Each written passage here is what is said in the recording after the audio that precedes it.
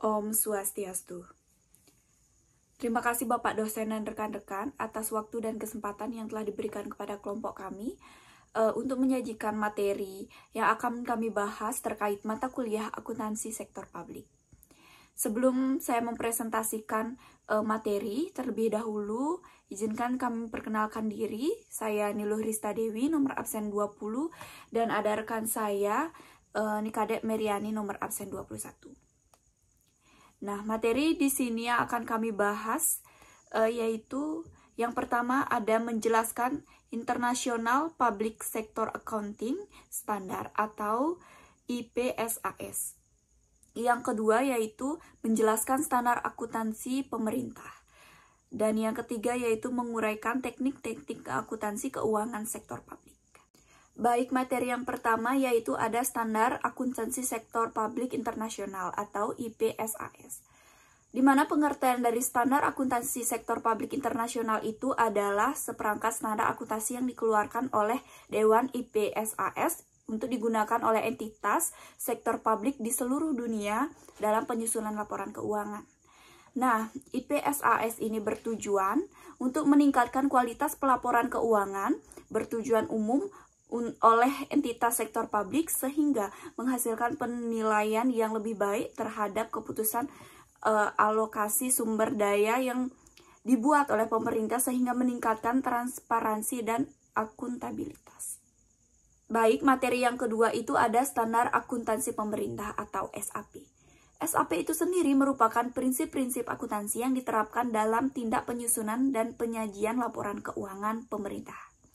Laporan bisa berupa laporan keuangan pemerintah pusat atau LKPP dan laporan keuangan pemerintah daerah atau LKPD.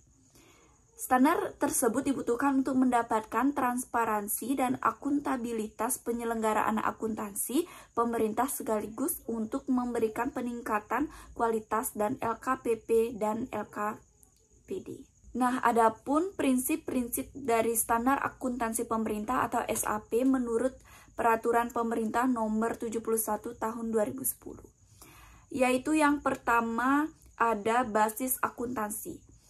Nah, basis akuntansi itu sendiri digunakan dalam laporan keuangan pemerintahan dalam bentuk basis laporan operasional, akrual untuk pengakuan pendapatan, beban, aset, kewajiban, dan ekuitas. Yang kedua itu ada nilai historis atau historis cost.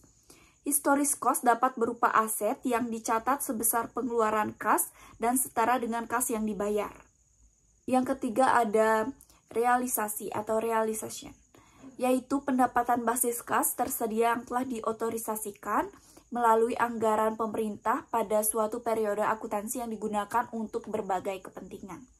Yang keempat ada substansi mengungguli bentuk formal atau substance over form, yaitu prinsip ini sebagai informasi yang dimaksudkan untuk menyajikan dengan wajar transaksi serta peristiwa lain yang seharusnya disajikan.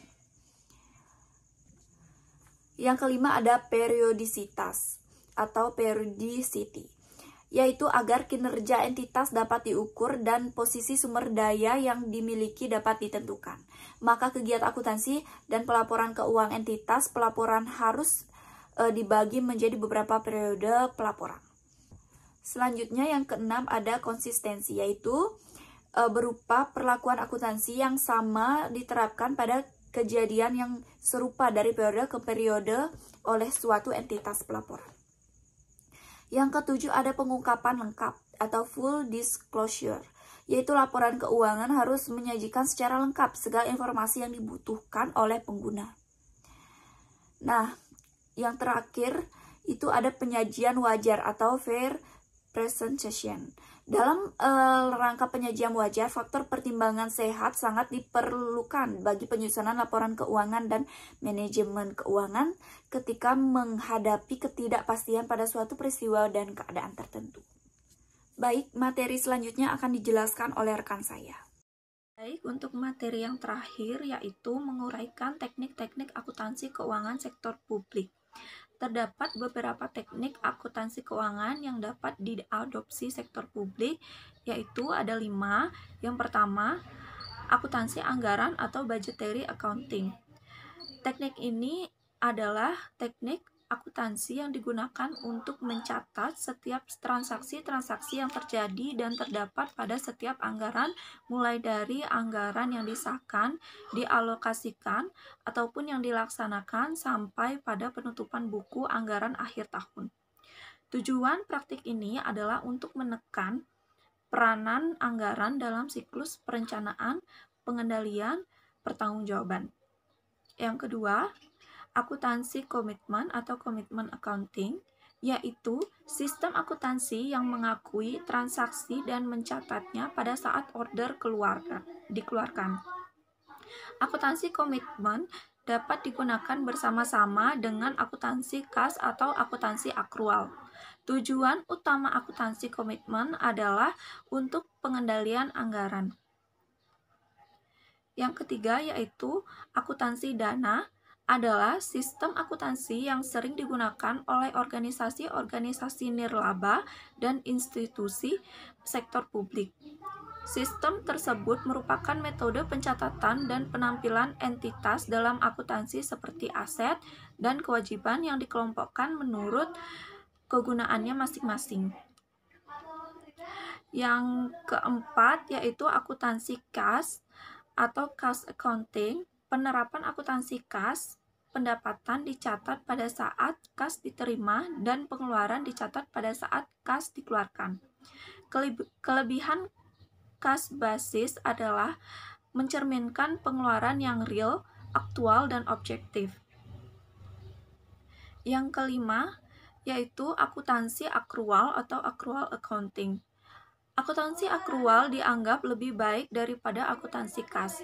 Teknik akuntansi akrual diyakini dapat menghasilkan laporan keuangan yang lebih dapat dipercaya, akurat, komprehensif, dan relevan untuk pengambilan keputusan ekonomi, sosial, dan politik. Baik, sekian dari materi yang dapat kami sampaikan. Kesimpulan dari materi kami yaitu Standar Akuntansi Sektor Publik Internasional atau IPA-SAS adalah seperangkat standar akuntansi yang dikeluarkan oleh Dewan IPSAS untuk digunakan oleh entitas sektor publik di seluruh dunia dalam penyusunan laporan keuangan. IPSAS bertujuan untuk meningkatkan kualitas pelaporan keuangan yang bertujuan umum oleh entitas sektor publik sehingga menghasilkan penilaian yang lebih baik terhadap keputusan alokasi sumber daya yang dibuat oleh pemerintah. Standar akuntansi pemerintah atau SAP merupakan prinsip akuntansi yang diterapkan dalam tindak penyusunan dan penyajian laporan keuangan pemerintah.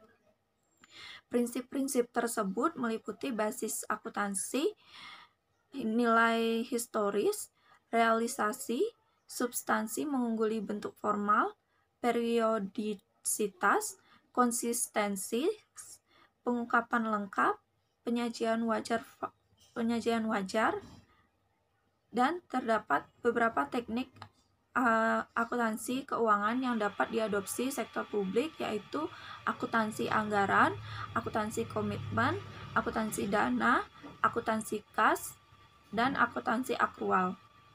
Pada dasarnya, kelima teknik akuntansi tersebut tidak bersifat mutually eksklusif.